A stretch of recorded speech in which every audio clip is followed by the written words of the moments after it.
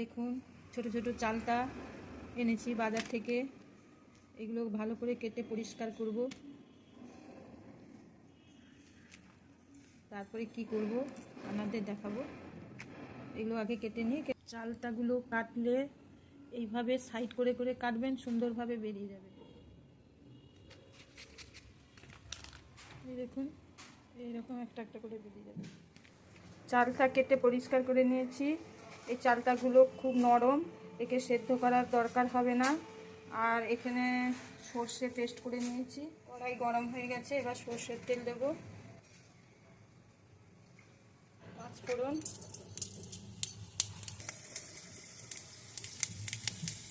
কাঁচা লঙ্কা চেরা,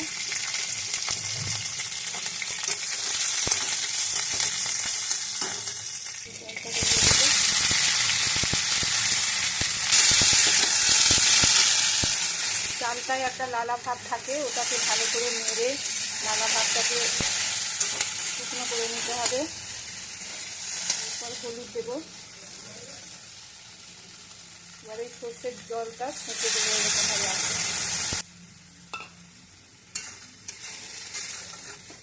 এবার লবণ দেব। এটা কিন্তু করছি আমি চালতার রায়তা, আগে বলা হয়নি, এটা চালতার রায়তা। আমি এতে মিষ্টি দেব না এটায়, কিন্তু আপনারা মিষ্টি দিয়ে করতে পারেন চাটনি টাইপের। আমি এটা চিনি ছাড়াই করব। দেখুন চালতার রায়তা হয়ে গেছে, এবার নামিয়ে নেব। এটা বেশ ভালো লাগে ঝোল ভাতের সঙ্গে।